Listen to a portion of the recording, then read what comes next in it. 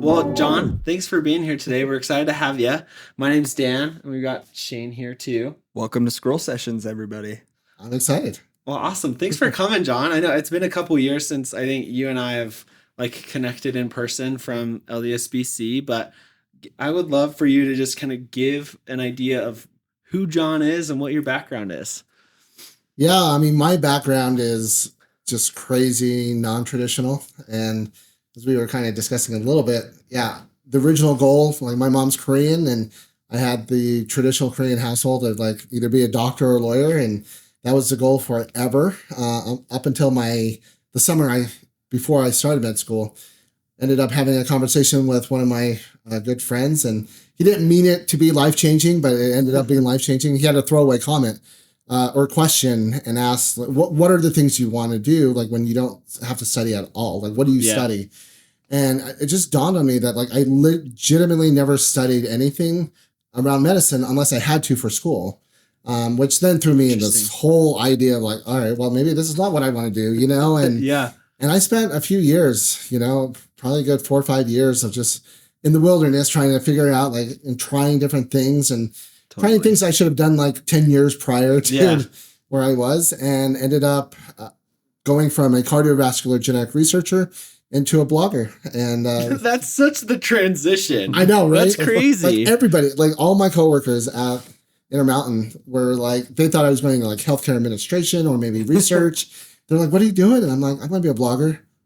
What? Yeah, I'm sure they're like, you've lost your mind. Like, what in the and world? were you even blogging about medicine? Oh, no. It had nothing to do with medicine. It was actually kind of like, it was like LDS culture meets pop culture. And, but this is LDS Smile, right? Yeah, this was LDS Smile. And that's kind of where we got started cutting my teeth in marketing as just being a blogger and social media, and kind of grew a social media following and really kind of blew up from there. And that's how I got my start into the world of marketing. That's crazy. That's so awesome.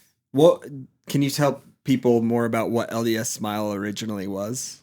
It really was just us posting things that we found funny, right? And it was just a way for us, because we felt that there really wasn't an in-between. It was either cringeworthy, like humor that wasn't even funny at all, or it was like overly strict, kind of that church culture. And we just didn't find an in-between. And so we just started posting things that we just found funny and ideas. And if you look at the first year of our posting on social media, it's like the most random crap you'll ever see.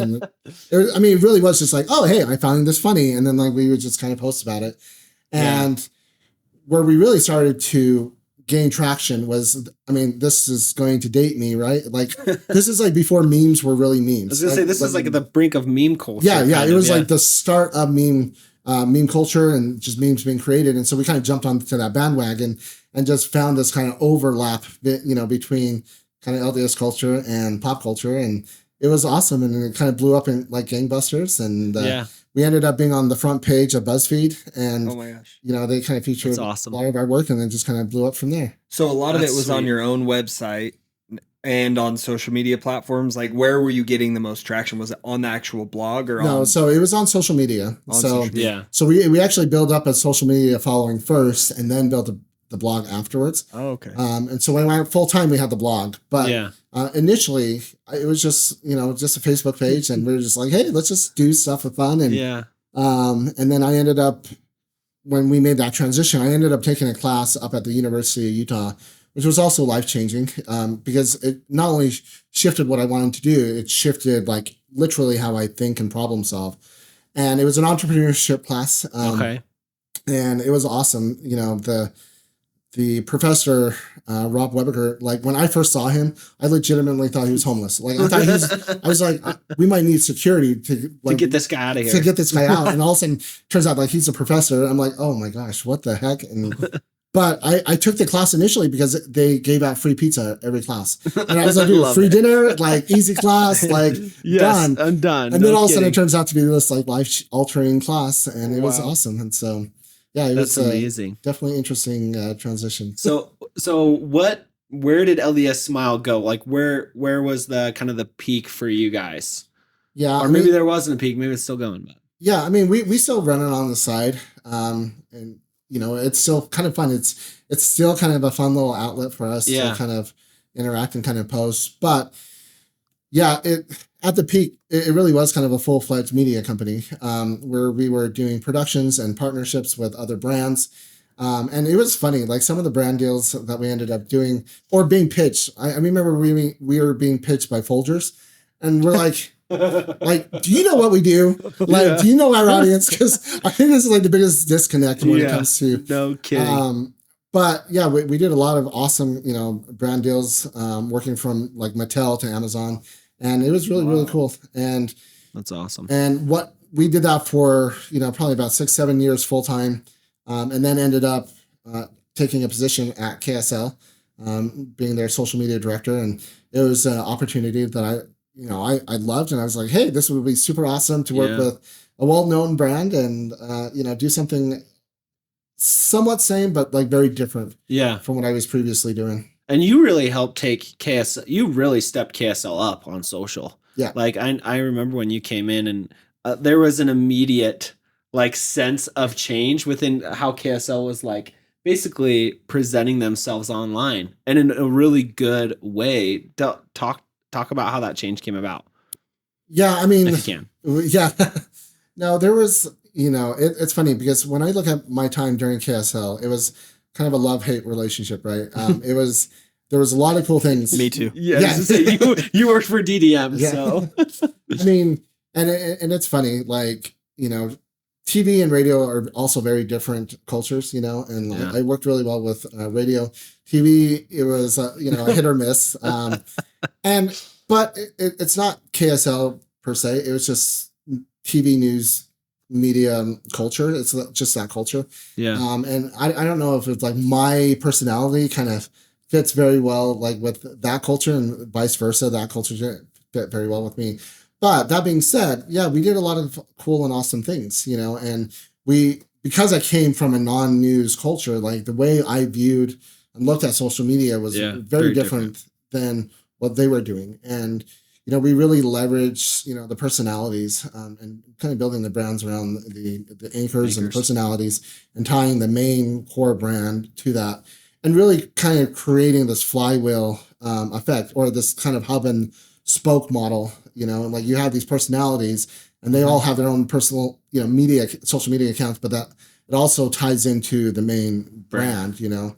And it's actually an idea that I totally completely ripped off from Jesse Stay. And, you know, and Jesse was, you know, a great, you know, example of leveraging that model. And we're like, hey, this is what we're going to kind of reproduce here at KSL. Yeah. And it worked really well.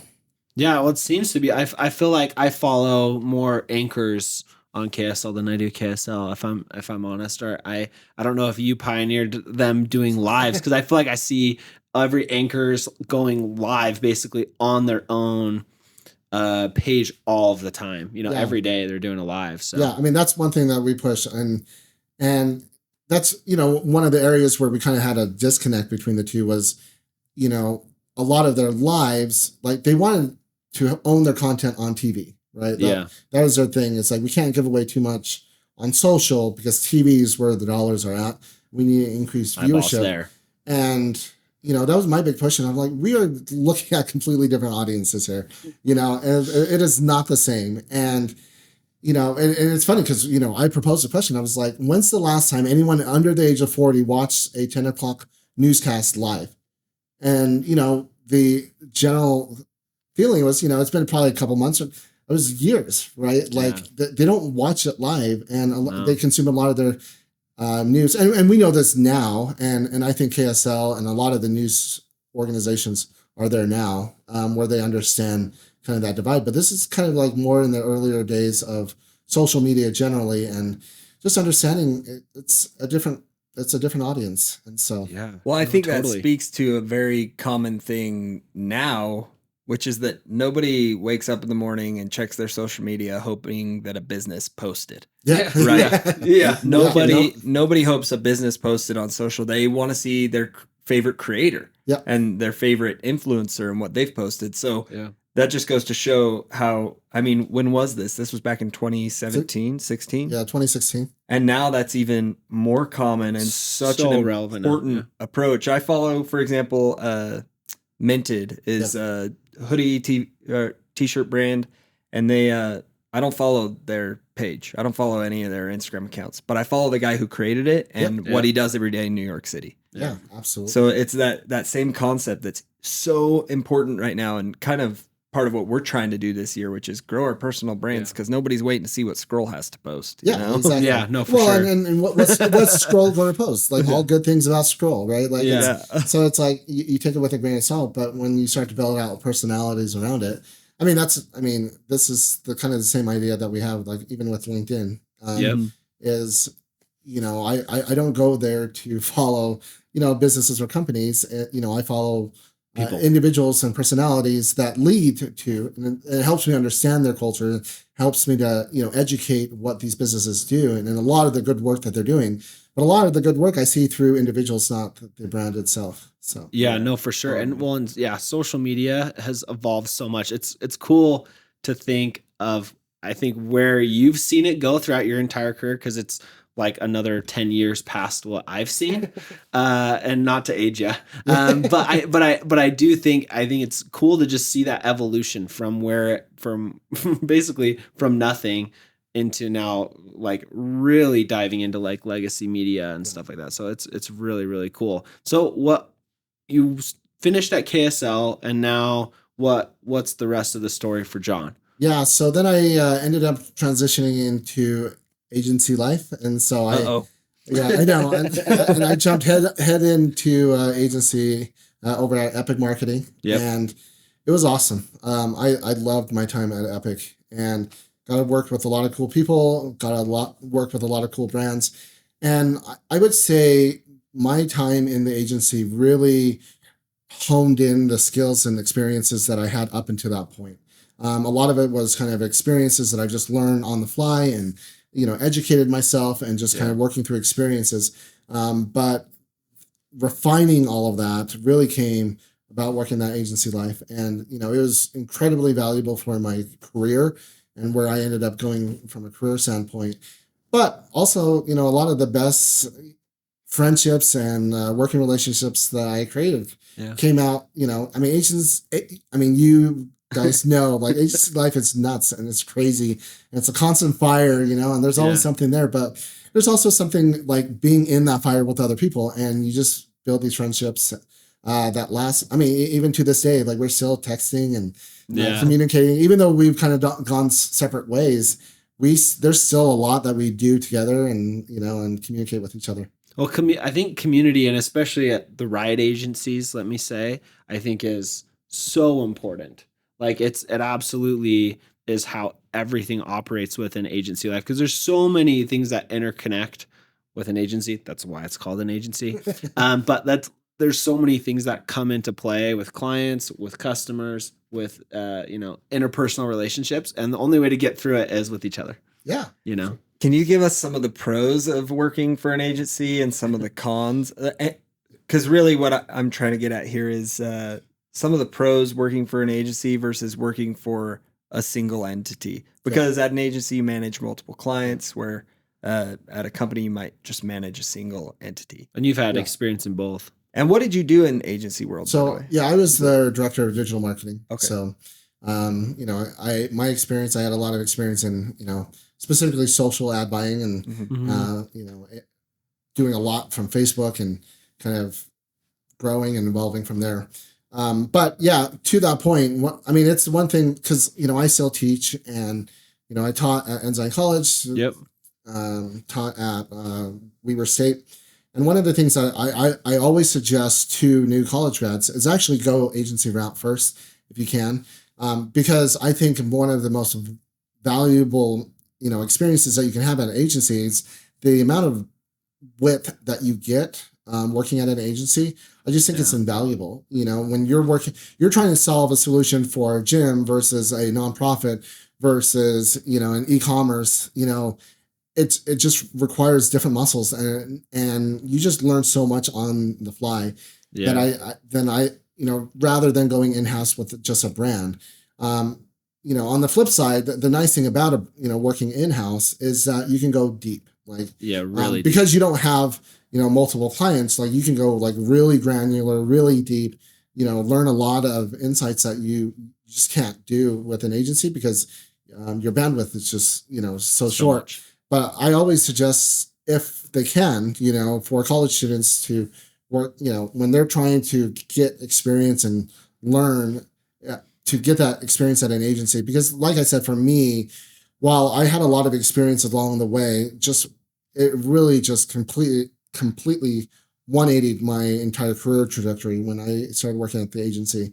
And you just learn so much so quickly and so fast because there's always fires and there's always things you have to kind of work through, that I think is super beneficial working at an agency. Yeah. Well, and the networking opportunities are massive as well. Like the amount of exposure you get so fast to all these clients, to all these people, to all the different things. There's nothing else like it, really. Yeah. Yeah, What are the cons? Yeah, that's what I was gonna ask. What are the cons about working at an agency? It's probably that, right? Is Mhm. that there's always a fire, right? And Yep. it's, I remember like going on vacation. I would never go on vacation without my laptop because I had to, Yeah. because there's always some kind of fire that would inevitably pop up. And every agency kind of structured differently, and they kind of, there's some that do it worse than others and some that do it better than others. But for me, it really was when I ended up going to Tab Bank, where I currently am. One of the reasons I did that was to protect a little bit of my family life, right? Like in that family balance. And it's funny, like our, two of our newest hires that we've had at Tab come from an agency life.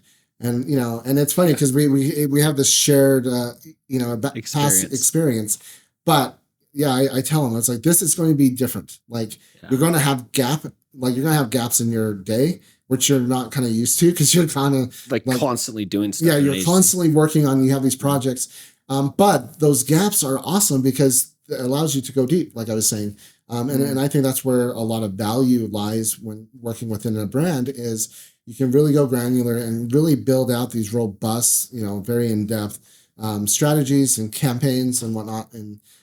And really, it does kind of protect your time. So like when I go on vacation now, I'm on vacation, and what's kind of cool at Tab, and some companies do this, others don't, but like we have a mandatory 5-day, which we literally get locked out of the system, right? Like nobody, so IT comes in and they lock you out, and you can't get into your email. Nobody can message you because you're locked out of the system for a whole week. And you really just it's pretty cool. Yeah. You're able to kind of relax and just enjoy your time and being present with your family or, whatever. Yeah. Where, with the agency, even when they're not contacting you, it's kind of like in the back of your mind, you're just like, oh yeah, I know this campaign's coming, or, Black Friday's coming up, and, I just have a crap ton to do. There's always something. Yeah. It's giving me anxiety. I know. There's always something. Oh man, we have all Well, I think that's the model that we're playing with this year is Scroll Plus, which is something that we have learned over the years is that we've tried to charge the lowest cost possible to still be profitable because we want to be able to serve the underserved, all these accounts that aren't being touched by agencies. And it's actually been very beneficial and semi-profitable to do that. But we are creating Scroll Plus for the specific reason that you brought up of going deep, where we have a lot of accounts that are asking us to go deeper. Yeah. But we literally can't. We don't have bandwidth right now. The bandwidth to do it at the price they pay.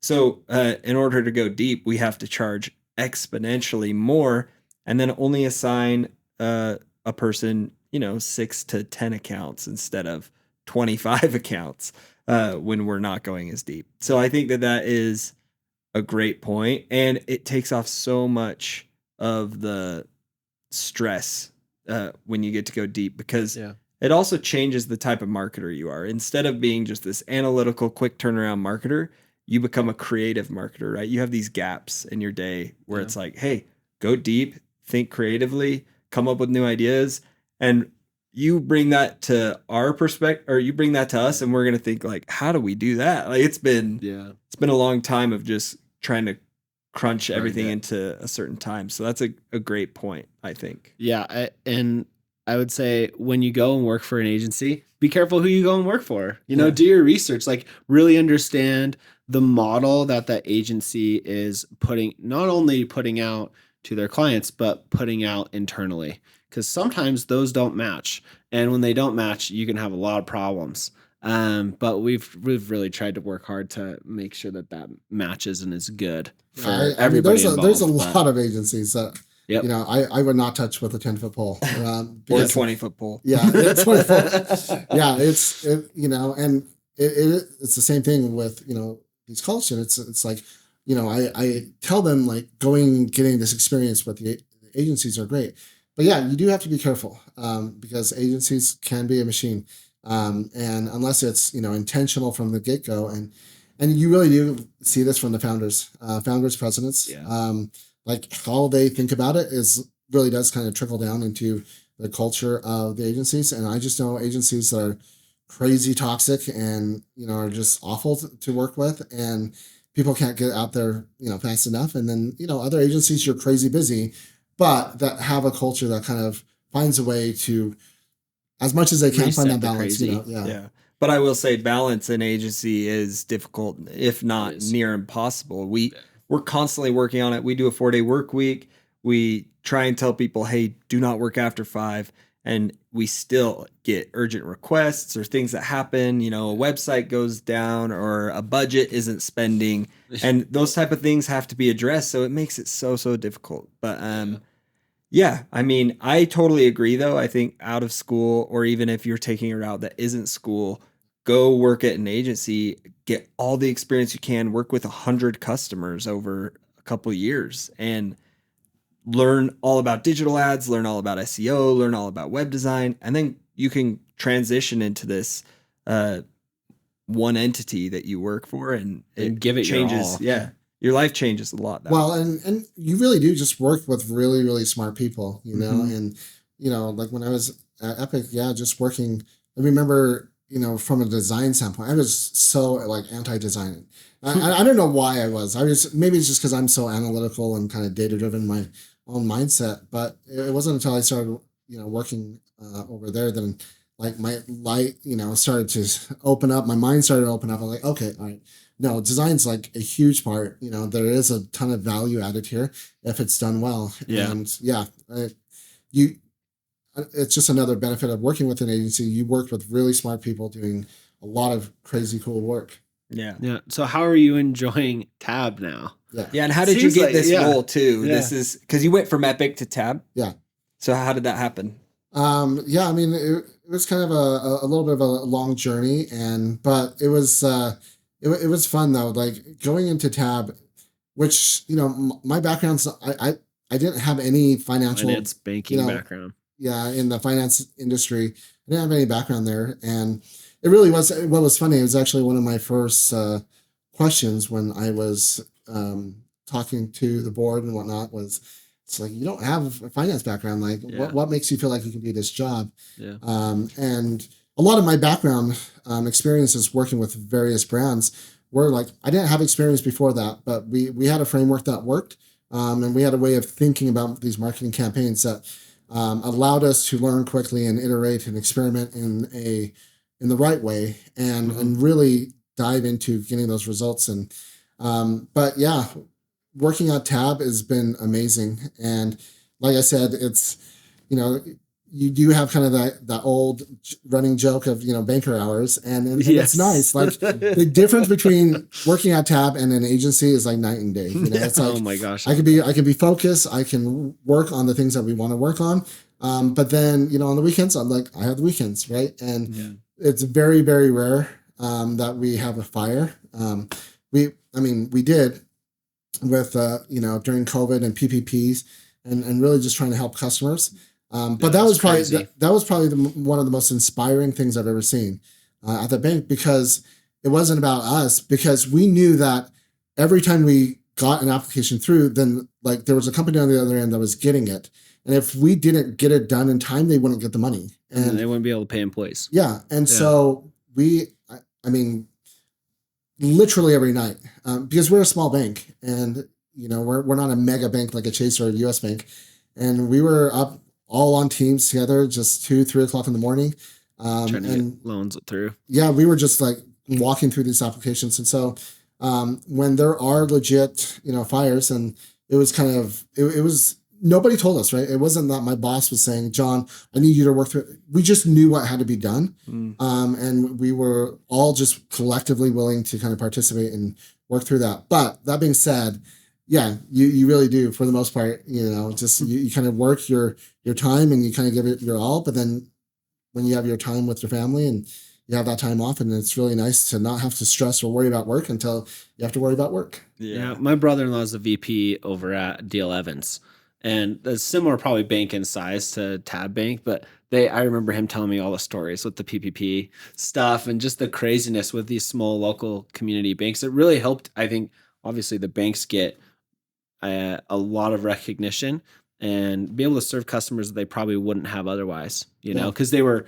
faster at processing these loans than a lot of the big boys were. So, well, and it was funny because we had 13 Google reviews in the history of the bank, like ever, right? Yeah. And after PPP, we had over 430. Wow, that's amazing. And they were just like, and all these different comments. It was just, it was really great to hear from these customers who were like in a real life crisis with their business, and finding a way in our small part to be able to help those businesses to grow and thrive.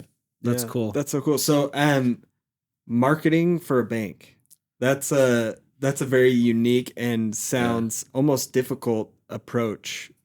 How do you create a unique structure around that compared to just, hi, we're a bank? Yeah. Keep your money here, and it's a little bit different than like an e-commerce. Where it was flipping a product, basically. How do you create this unique product offering? Yeah, well, and to add a layer of complexity, right? So you have regulatory complexities, right? Like, yes, that was like one of the biggest challenges for me when I first got there, was the fact that like when I had an idea, or like one of our team members had an idea, normally I'm just like, all right, let's just run with it, go with it. But then, oh wait, no, we have a compliance process we have to go through. We have to get it vetted by literally so many people. And so you have a regulatory layer that's on top of it. But, at Tab specifically, right, we have a B2B, B2C, and then B2B to C. And we have these 3 pillars that act very differently, and that don't really, on the outset have a lot of overlap. Like, they're very distinct audiences, and like the product works very, very differently in a lot of different ways. But, it's something that I tell the team all the time is, I think, in bank marketing generally, we run into complacency because there are so many barriers, right? And there's so many roadblocks.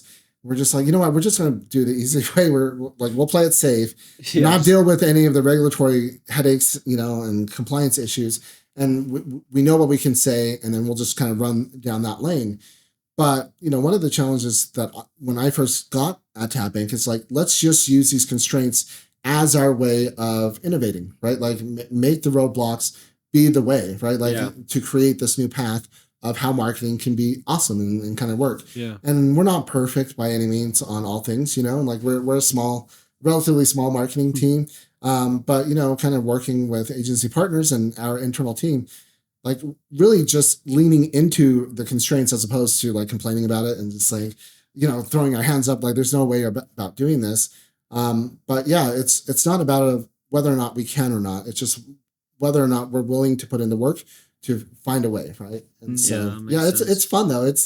It can be frustrating at times, but at the same time, I think it's an entire industry that's kind of ripe for kind of marketing disruption. Totally. Because it's funny because a lot of times people will ask me and say, hey, like, what are some competitors that we can kind of benchmark against when we're trying to put together like a deck or a presentation? I'm like, don't use other competitors, right? Like, for the most part, I'm like, look at other people outside of the industry, because, a lot of bank marketing has a very similar tone. They say all the same things, and we literally just had a marketing retreat where we were talking about this. Like, you take off the logo off most of those ads, like you can't tell who the ads by, right? Like, it's not differentiated. Like, it's a good financial ad. It's a horrible brand ad. And so, like leaning into like how do we actually differentiate the message while still being true to the overall brand essence of who we are. It's a challenge, but it's a fun challenge. What are some of the regulatory roadblocks, I guess? I'm semi-familiar, but I'm curious, like, what are those roadblocks that, like, what are, I assume it's things you can't or cannot say, Yeah. some things to do with brand guarantees, promises, I'm sure, but what does that look like? Yeah, I mean, you have everything from Reg D and like bait and switch messaging, and you literally have to you have to be able to show every claim that you make. So if you just say world class, technology, like you just said world class technology, like now you have to back it up. Like, are you actually world class, or is it just an average? Like, how do they define world class? Is it? Well, that's kind of up to the regulators. Okay. And that's actually part of the nuance, right? Like it's challenging because it's the interpretation of the regulators. So like the mark moves, right? Like it's not the same mark from year to year, and from administration to administration. And so you kind of have to understand like how they are defining certain things. But for the most part, like a lot of the regulations that are in place make sense, right? Like, and it is to protect customers and making sure that you have this like crazy low interest rate for a car loan, but like literally nobody can get it. Like you don't want to have kind of this like bait and switch where you advertise it, bring everyone in, and then they get a loan, but like literally there's no way that they were ever going to get that rate, or just making claims. And it is one of the things that I think is, again, another constraint, but it's another thing for us to think through. It's like, okay, let's be very intentional with the wording that we're saying, right? Yeah. And we're not going to make claims that we can't back up. And if we're going to make a claim, like we need to make that claim. Yeah. So it's a fun challenge, but yeah, like those are just a couple of examples. What's been like your favorite, I guess, campaign to get around some of those regulations recently for Tab? Yeah, I mean, we unfortunately we had to shut it down, but we because we had a partner that was insolvent with it, but it was an awesome product. It was a stock rewards debit card. So it wasn't a credit card. It was just a normal checking debit account. Mm-hmm. But it would give you fractional shares rewards as you spent money. And then as you worked with different, as you shopped at different brands, then you would get different stock rewards in those brands. Okay. It was such a cool product. But now not only do we have one regulatory body, we have two regulatory bodies, right? And so we have FINRA and the FDIC, and we have our bank regulations. And we just had so many hoops that we had to kind of jump through. And so we have this really cool, innovative product, but like, how do we say it without, overstating or overstepping some of the claims that we need to make? And, the campaign that we ended up and landed on, I think was awesome. And, Fast Company, like we had everyone from like Fast Company to all these different media publications, like covering it. And, American Banker was kind of showing, it's like, hey, look, this little kind of smaller bank in Tab Bank is coming out with this like crazy innovative product. And so that was probably one of my, we spent, almost 2 years prepping for that campaign, and we launched it and we had a lot of success early on, but unfortunately it kind of went by the wayside. But we're just going to do that again, with new products. And right now we're in the middle of that with our high yield savings account, right? And so again, it's one of those claims things, like it's 11 times better than the average savings account. But even in this past week, it was really cool because Apple has made a lot of news. They came out with their high yield savings account, like 4.7% or something like that. Yeah, it was like 4.1. 4.1, yeah. Yeah, but what was cool is on almost all of those mentions where they're talking about Apple's new products, they did bring up the accounts that have a higher rate than Apple's, with the same like no minimum deposits or anything. And Tab was mentioned in all of it. And that's awesome. So cool. it was really cool to all of a sudden you see this massive uptick and to be kind of tied alongside with all of the press that Apple was generating. and kind of in Totally. that Apple machine, and then have Tab kind of tied and connected to that story was really kind of cool to see. Well, Did you guys do, oh, sorry. oh, Go ahead. No, no- go ahead. Oh, I was just gonna say, this Apple thing kind of confused me, and maybe you can help explain it, because to me it did seem a little bait and switch what they were doing, because it isn't necessarily a bank. It Yeah. isn't necessarily a bank account, right? Well, I mean, it is, but so it's a B2B to C play, right? And so there's Oh. a strategic partners, right? So Apple is not a bank in and of Yep. itself, right? Yep. But they're working as essentially a partner, a strategic partner. And so the bank that's behind them is Goldman Sachs, right? Yeah. And so we do that a lot too. Like we work with partners who on the front end. So like a Venmo is a good Mhm. example of this, right? So Venmo, originally when it started, it wasn't a bank. It partnered with a bank in order to do it. Like, in order to move money, you still have to have banking The rails, banking. right? Yeah. And so, but they weren't a bank, when they started out, and so they partnered with the bank in order on the back end in order to do the things that they do. And so this is just Apple doing this, right? And so this is Apple kind of diving into the kind of financial space. But in a way, it'll be interesting to see what Apple chooses to do with this, because they could very well, in the long run, like, Become maybe a this is, bank. actually want to become a bank, right? Lending Tree did this. Like Yeah. Lending Tree started off as kind of a partner, not as a bank, but then they ended up going full fledged into getting a bank charter, which is, a pretty heavy moat. But if you're an Apple, like it's a moat that kind you of can. inevitable that it probably will happen. It's So, getting into cars, you may as well have a bank. yeah, so it'll be interesting to see how it all plays out. But yeah. Are you able to move quickly? For example, on TikTok, if you had an employee making TikToks saying, "Hey, this is blowing up everywhere about Apple, but we're being mentioned as better," and we want to hop on TikTok and say, "Hey, we're Tab Bank. I know everyone's talking about Apple, but here's the advantages to using Tab over Apple." Would you be able to do that, or do you have to get even stuff like that approved? Yeah, oh yeah. Like, so we would have to get it approved. To be fair, our compliance team, relative to other compliance teams in other banks, It's pretty cool.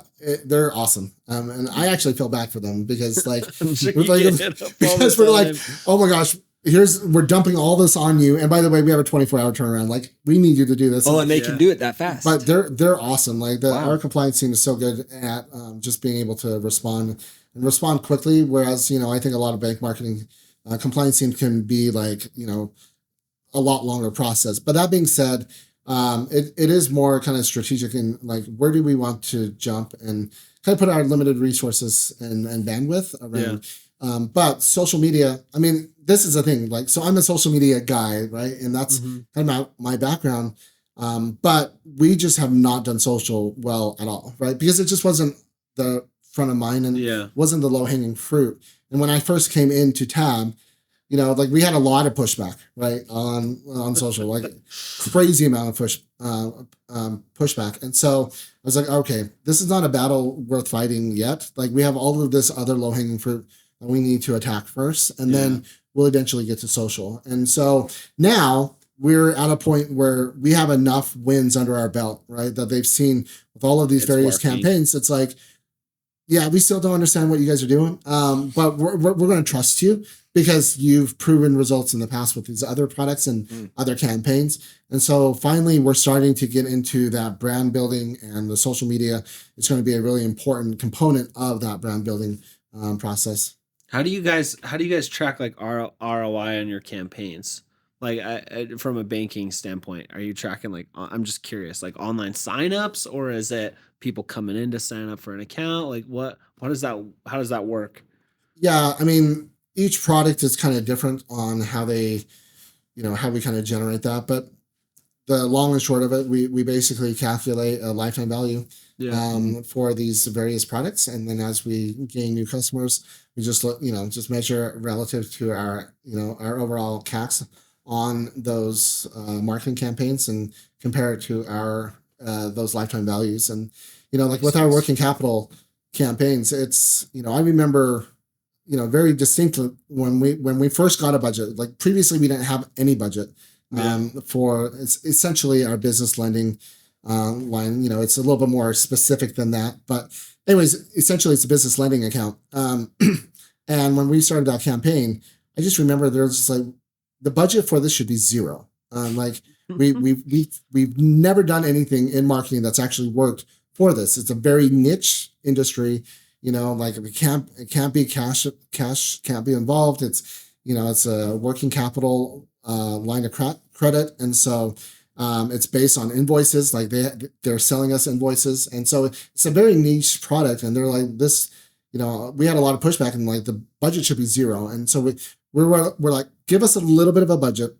We'll just prove it out. We'll experiment with it, and maybe you're right. Maybe it doesn't work out.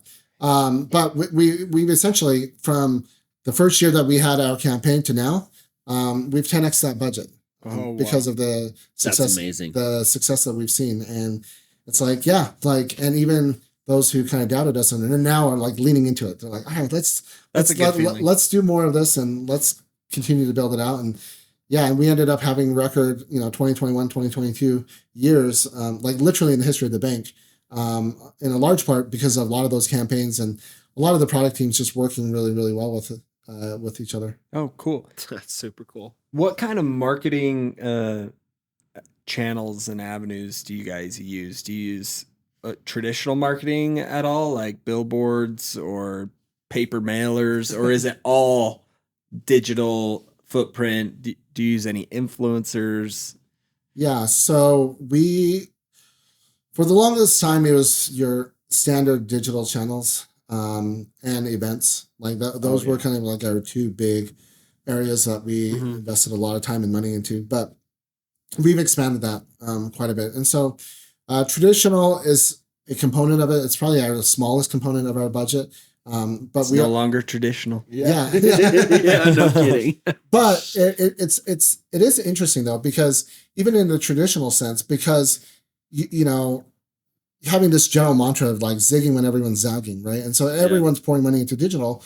Well, money's coming out of traditional, and so now where it was, there is time where it kind of makes sense to kind of dive into some traditional buys, and some of them are just like, holy cow, like, I mean, this is so cheap. Like, let's just try it out. Let's just do it and see if it works. Experiment with it. But so we do some traditional, some billboards, and but we do a lot. We're still heavy on events. We're still heavy on digital. Digital, because it's part of the expertise that we have as a team. So a lot of we have like really, literally world-class experts. Who can speak better than anyone that I've ever seen speak. And I don't even know how we got them to come to TAB, but then they just ended up coming to TAB. But they've added a tremendous amount of value. But I would say, we're paid social, search, your traditional digital marketing channels, and then events are still comprising most of what we do. We did just start influencer marketing, because it's a space that I've been in probably almost 14 years now. So I've been in it for a long time, and I've kind of seen it grow, and I just feel like there's so much opportunity. And and we had just it was about 2 weeks ago, we had a super successful Mario movie night with influencers, and cool. And it worked out so well. And it was sorry that I couldn't come back. Oh yeah, no, it's all good. It would have been awesome to have you there. Dan is a pretty big influence. I know, you sent me the invite, and I was like, dang it, I can't come. It just wasn't going to work out that night, man. Well, and it was just cool because what we ended up doing is we ended up having influencers from very different industries. So we had some LinkedIn influencers, we had some old school like OG bloggers like myself, like that I've known for years. We had Instagram influencers, and they all had different niches and different customer bases to speak to. But yeah, it just worked out so well. And and it's funny because it's like so many brands, when they work with influencers, want to control the message so much, right? Like they want to stay on brand. But in my experience, where you have so much value when you're doing influencer marketing, is allowing the influencers, it's like, hey, this is the general message that needs to get out. But however, the audience better, like you make it true to you and your audience, and just kind of let them run with it. And it's amazing, like the content that they create. And I mean, I remember one time we did that with Vasa, and Vasa Fitness here locally it's, you know, more well-established, well-known brand, but we were just opening up in Arizona, and Arizona, nobody knew who Vasa was, right? Yeah. And they had no expectation. There was very little brand value, and our caps were just so high because of that. Yeah. And so we're like, okay, let's do an influencer marketing campaign. But the caveat with this is like you have an influencer come in and they have millions of followers, or, you know, anywhere from 100,000 to millions of followers, but the geographic area for a gym is only 5 miles, right? Like the effective, like to get actual signups is a 5-mile radius. And so it's like, cool, you have 10 million followers, but like 9.99, you know, like million of those followers won't matter because they're outside of that 5-mile radius. And so we're like, okay, how could we do this, still leverage the power of influencer marketing while at the same time, you know, make it effective for a CAC? And what was super easy, and I don't know why I hadn't thought of this prior to that, but we just took their content that they created and repurposed them as ads, and then geofenced it right within that 5-mile radius. Yeah. And it destroyed our best performing ad that we had up until that point. And so that's awesome. Yeah, it was crazy good and it was crazy effective. And so there's a lot of different ways to utilize influencer marketing than just, you know, them sharing it, you know, organically, socially to their audiences.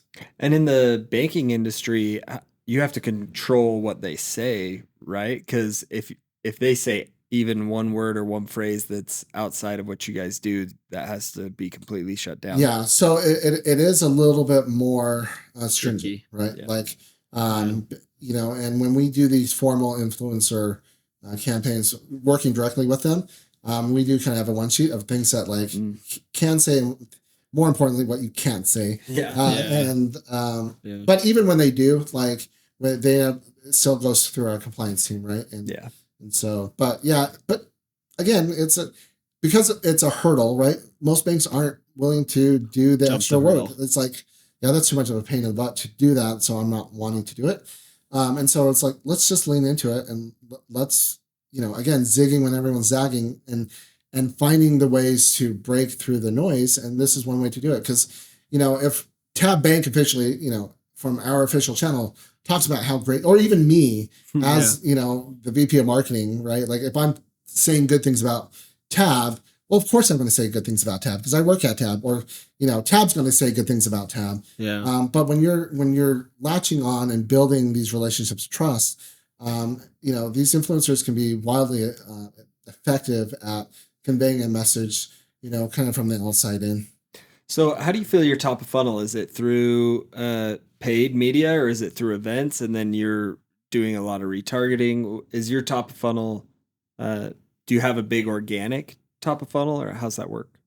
It depends on the product. And so, you know, when it comes to like our equipment and trucking, I mean, we've been in this space for 25 years and a lot of it is just organic and it's, you know, it's just word of mouth. People know us in the trucking space because Tab actually, you know, we spun out of Flying J truck stops, right? And so, and, you know, a lot of our sister companies right now, like Maverick gas stations and Crystal and hotels, and we are all under that same umbrella of the Flying J management group. But so certain areas are more organic, like when it comes to specifically with some of our business lines, you know, those events are probably our best, you know, full funnel, you know, like just bringing them where they're seeing us consistently over time. And then, you know, speaking with us to, you know, speaking with our sales team to get those deals done. But like in the consumer space, from the B2C space, you know, that's something we're in the middle of building. Like we don't have top of funnel, right? Like you ask any average person out there, like, hey, like not only have they not heard of our product, they just haven't heard of us at all, right? They would have no idea who Tap Bank is. And so now we're in that process of trying to fill up that funnel, right? Create that awareness, like not even top of mind awareness. We just need awareness of who we are, period. And then we can start working down and building on that funnel. But yeah, right now, a lot of that is through influencer marketing as well as our paid channels. Okay. That's awesome. Cool. You seem like, I mean, you've had such a huge road in your journey, like going from, you know, working for IHC in research to, the agency life, to all these different things. A lot of it being heavily analytical, as you've talked about, and a lot of it being extremely creative. So how have you blended the two of those things together to obviously give you a really, I think, a good edge on other people in the industry? Well, one thing that what I've learned is, it's kind of like a non-marketing answer, but it really is kind of building out a strong network. And so you have the old adage, it's not who you know, or it's not what you know, it's who you know.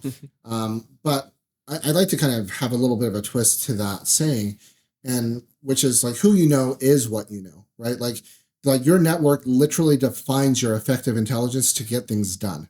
Yeah. And so like if we're reliant on just John Huntinghouse's mind, like everything that I know how to do and what I can effectively put out there, it's not that much, right? Like it kind of sucks. And I mean, I might be good more on the analytical data side of things, but especially like creative side, like I'm probably not the best, right? And like you're probably not going to me to kind of build out a creative deck. And so like learning to build out this network and learning to have people that you trust and know that can kind of show up for you. And for us, it's everywhere from agency partners to just people I've known for years that I can kind of just pick their brains, and kind of have a little bit of a brain trust. Like one of my favorite it's not one, it's my favorite book ever is Creativity Inc. And I love it so much because I just think there's so many practical uses for it. But one of the ideas that kind of pulls from that book is this idea of a brain trust, right? And their job is not to solve your problems, right? It's just to identify issues. And it's just like, there's something with this or with this campaign that feels weird or off to us, or there's something about this that we feel like needs to be looked at. And that alone helps you, like you usually can solve the problem. It's just identifying where those problems exist in the first place. And, having a network of people that you can just go to and just like pitch ideas to, like, it's just incredibly invaluable. Because even like Tab, if we're only able to solve the problems that we ourselves know how to solve, like we're even limited to that, right? Yeah. And so you really do have to branch outside your industry. You have to branch outside of, your own network, and it really kind of shows the power of networking. And I was like, when I was getting my MBA at the University of Utah, that was like their big pitch is like networking. And it's like, this is like such bullcrap. Like, I don't care. Like I could have cared less about networking. I was just like, I just want to get my education, get my degree, and then just kind of move on. But then hindsight now, it's just like, it's just incredibly invaluable, because everybody runs into things that they can't solve. And when you run into those roadblocks, like the best way to solve it is finding people who have already done that. And so, no, that's super cool. Well, and you're involved with school still. I mean, you're still teaching, aren't you? Adjunct at both Weber and Ensign, or just Weber now? Yeah, just at Weber. Just at Weber now. Yeah. Oh, well, I guess for somebody maybe wanting to get into adjunct, because I think it takes a special person to have a full-time job and to teach adjunct. So why teach and have a full-time job and doing everything that you're doing?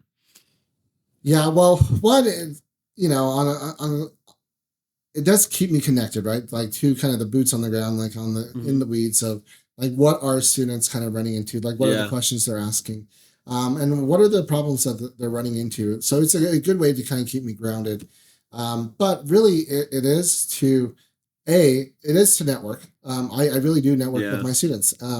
And it's like, yes, I'm helping you, and I'm solving, helping you instruct, whatever marketing theory or practice or learning how to run Google ads and whatnot now. About 5, 10, 15 years from now, there could very well be a challenge I run into that I need their help for, right? Yeah. And really, it's just to kind of give back, because for me in my career, there's no way for me to grow as fast as I have in marketing without the help of people who like just pulled me along the way, right? Who just kind of showed me how to get things done. And I had a handful of great mentors who just say, John, you don't know what you're doing, so just imitate this, right? Like just literally word for word, just imitate this, and then you can build upon that. And what I've learned is like that's literally how we learn as human beings, right? Like Totally. initially, like when you are, first learning how to cook, no chef is gonna be like, don't copy my recipe, like get your own recipe. It's like, I don't know what a recipe is, right? And so when you're first learning how to cook, it's literally word for word following instructions of someone else who's done it before. Yeah. And then over time, you start to add your own little variations. And then as you gain experience, you really start to like, you know what, I'm going to take this a whole completely different way. I'm going to create my own new thing. And yeah, I mean, it's one of the things that like I've learned and gained a ton of value from in my life. And so it's the primary reason why I teach, because it is a way to give back. Yeah. And kind of pay it forward. Because I benefited from a lot of amazing, smart individuals doing the same thing for me. Totally. No, that's awesome. And I think school does provide that structure and that mentorship. I think if you do it right, I think there's a right way to do school and there's a wrong way for sure. Yeah. How did you find the mentors over the years? It seems like mentors you still have now. Maybe give us an example of how you've found and kept a mentor. Yeah, and even for students, how do you find the right mentors that you can trust that should be your mentors? Yeah, I mean, second question is a lot harder question. Yes, for sure. Yeah, it can be challenging and difficult. And finding that right mix. And you're constantly finding new mentors, right? Like because there's constantly new things that you've never built in. And so when I was first getting into Facebook ads, right? I was like, I really didn't know what I was doing. I was just testing a few things for our own stuff with LDS Smile, and it was like nothing was really working very well. And so I went and there's some classes and courses that people put out there, and I took a lot of those courses, and most of them were just garbage and like. And that was in the early days too. Yeah, that was in the early days. They've only gotten worse. Yeah, those courses have only gotten worse. That's for sure. Yeah, and so I was just like, oh, this is kind of frustrating. But I ended up running into a guy named Dennis Yu, and Dennis, just on his stuff, like he was just willing to share so much information just on his for free. Yeah, just for free. He's built an amazing community. Yeah, and so then I was just like, all right, you know what, this Dennis guy, I'm just gonna like just follow his social media posts, and then I ended up being able to get to know him individually and directly. And then we started to build this relationship, and yeah, like he was the one who really helped me refine my paid social approach. And it was like, okay, like he gave me a framework by which I could look through, and the framework worked, and I had to adjust it, and I had to do different things over time. But it was his guidance that really got me into the whole paid social, media buying, where then ultimately, that's where my wheelhouse became over the years, because I just had a lot of experience in that. But even something recent, right? Andy Rubon who's the CMO at El Pollo Loco. Okay. I ended up just getting partnered with him last year, and that was a completely different program, right? Like Dennis I kind of sought him out, looked at trying to follow him on social, and just reached out and kind of build out that network. Relationship. But you can also have more formal, mentorships. And so mine was through the Adweek program, where they take senior executives and partner with them with like these big time CMOs. And, his perspective is awesome. And it's been really valuable for me just to kind of look outside of even marketing, right? Because like, what's my goal? Like my goal as a VP of marketing, it's like, it is to start to go into that CMO role, and working with these brands. Yeah, and so just kind of moving from the, I'm in a new phase, right? Like, and so I've become a VP of marketing, but now it's like, how do I, if I'm trying to take that next step and that next value add, working with Andy has been awesome. Like, and he's just such a smart kind of analytical mind, and he's worked on everything from Ford to McDonald's, and to now El Pollo Loco, and just watching his own career growth. He's like, if you want to take that next step, like you have to stop only solving marketing problems. You have to solve business problems. Like your peers, like as a CMO, your peers are not other marketers. Your peers are the COO. It's it's the CEO, and so the CFO. CFO, and so you have to think like that, right? Like you have to get outside your marketing bubble, and a lot of that feedback and advice that he's kind of given me over the past year, it's been really, really awesome. But to that second question, which is like, how do you find them, right? So I've been lucky, both Dennis as well as Andy. And there's been other people like Susan Winograd, like just like her content is like amazingly good. But not only do they have to have the right information and good information, they also have to, they have to be available. And finding that person who is smart, understands it, can provide great feedback, but also find availability. It's a little bit of a trial and error. And sometimes you find those people and they're just not available, or like you can never touch base with them.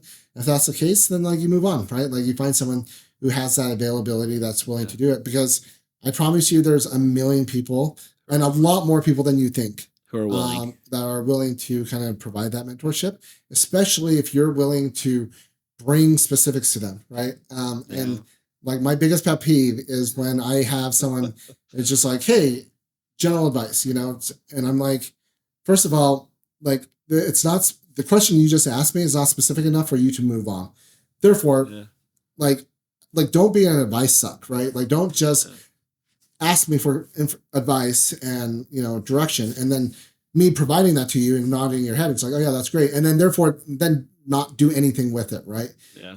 There's going to be things that like your mentors are going to give you that are going to be wrong or off base, but you have to kind of take it with a grain of salt. But you have to like take action on it, and in order for it to be actionable, like you really do have to think through the questions you're asking and make them specific. Like have a goal in mind of this is what I'm trying to achieve. This is what I'm trying to accomplish. Like, what are some of your thoughts about this? Yeah, show them you value their time. Yes. Yeah, and you bring their value to the table. Yeah, like bringing value to the table, I think is huge to get a mentor. Yeah, whether that's your time, whether that is your talent, whether it's whatever it is, giving to that mentor usually is reciprocal. Yeah, no, right? It's very true. So one thing we like to do kind of towards the end of our episodes is always ask where you think the future of marketing is going, because and most people that we interview tell us that they have no clue, right? Which I think is a sign of a good marketer, because we never have any idea. But best guesses, right? What is the future of marketing? Digital? Is it TikTok? Is Meta going to be the biggest player? Are we going to be, how are we filling our top of funnel, stuff like that? No, I think that's a really good question. And, it is true. Like, if you were to go back and see what these guesses are, and 99% of them are wrong. And unless you're Gary Vaynerchuk, then they're all right. They're all right, apparently, when you get that big. Or you just do so many predictions, you're bound to be right on something. Yeah, that's really also what Gary does. But yeah, I mean, when I think about kind of the future of marketing, it is kind of a multi kind of pronged on this. And so, I mean, you have an emergence of AI, right? Like right now, AI is such a hot topic, right? Yeah. But the real problem with AI is finding a way to use AI as an effective tool, right? To still solve business problems. And so this is going to be like an old school, like not like sexy answer. But it is kind of the trend that we're already starting to see. So it's a shift in marketing already, right? So back in the day, it was all brand power, right? It's all about because people trusted brands, and that's where we got most of our information. Then Google came along, and now a lot of that, like brands still do matter, but peer reviews like highly inform that information along the way. But you've also seen kind of a shift from marketers being primarily creative driven to more data focused and analytically focused in terms of trying to solve for these campaigns. But I do think you're going to see a much higher increase in kind of the psychology, right? Like really understanding like the human experience, because I still think like that's going to be the context that like even AI is going to have a hard time getting that nuance right. Yes. Because AI is ripe with biases, right? Like it's only as good as the information that's given to it.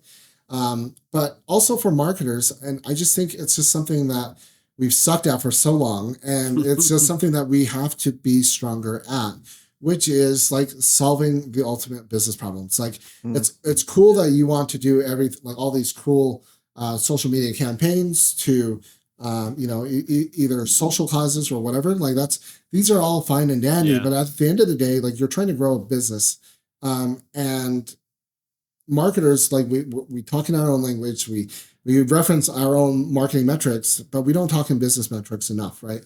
And so I really do think you'll start to see a shift. This is actually why I think you don't see many marketers as CEOs, because we suck at doing this. Like CEOs, CFOs do this really, really well. But marketers kind of have a struggle to kind of do this. But you're starting to see with the shift from brands to, and creatives to the data people, you're going to start to see the shift of more marketers being CEOs, because they're learning to they're thinking through it like a business and solving business problems, but and communicating as an actual human. Yeah, I think we'll see a lot more of a resurgence of traditional. Yeah. Personally, but interesting. I do see a lot of that zigging zagging, right? Like, and we have a tendency to do that. History repeats itself. We look back. Well, as attribution starts to get muddy, people just start to say, okay, I mean, the reason that it's been so sexy to advertise on Facebook and TikTok and all these platforms is because you get this direct attribution hit of dopamine, and you think, oh my gosh, I know I got exactly a 5X. I'm an analytical marketer. I'm going to dive in and I'm going to do this again, double down, repeat. But then as attribution gets muddy, it goes back to what even happens with billboards. It's like, how many people saw our billboard? I don't know. There's about 150,000 people that pass by there every day, but let's start paying attention to your top funnel and see if your awareness is growing.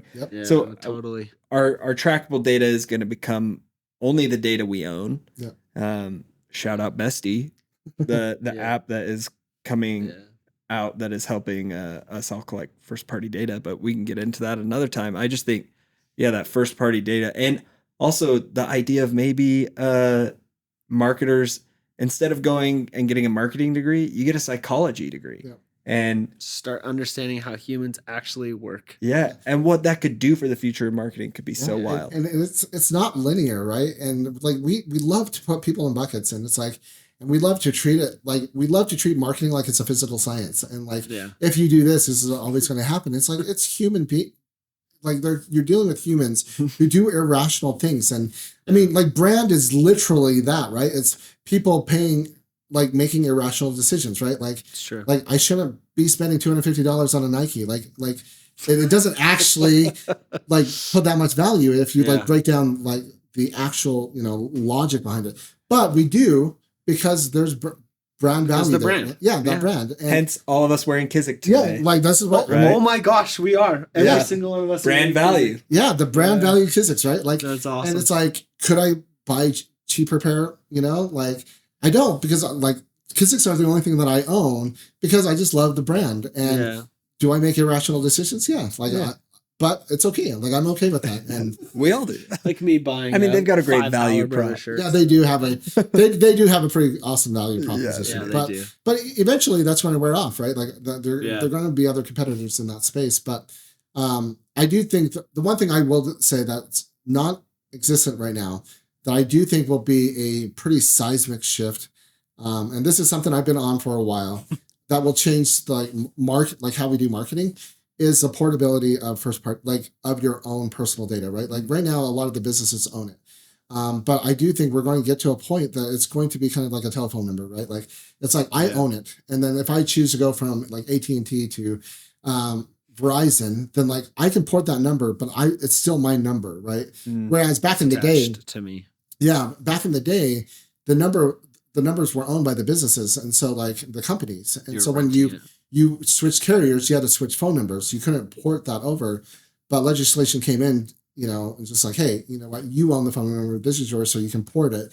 And I do think that we're going to run into legislation that allows individuals, with all this talk about privacy, I do think we're going to eventually get to the point where we're going to have legislation that allows you to own your own data, and then you can port it to companies as you want to, which I think is going to really change the landscape of how we go, especially on the more analytical data. On the attribute, that's all going to go away.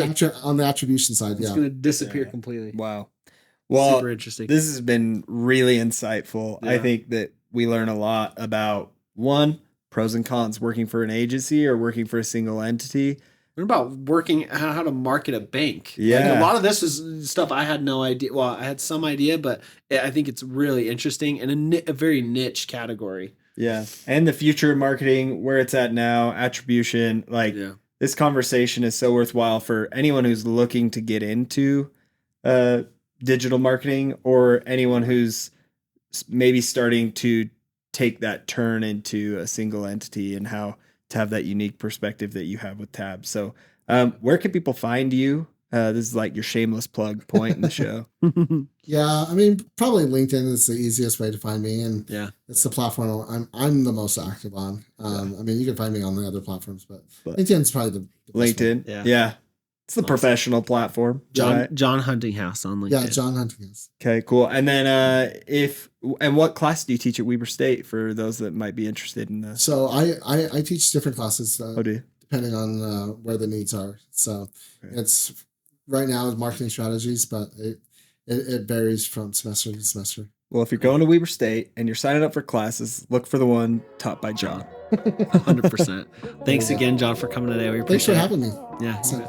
Really appreciate it.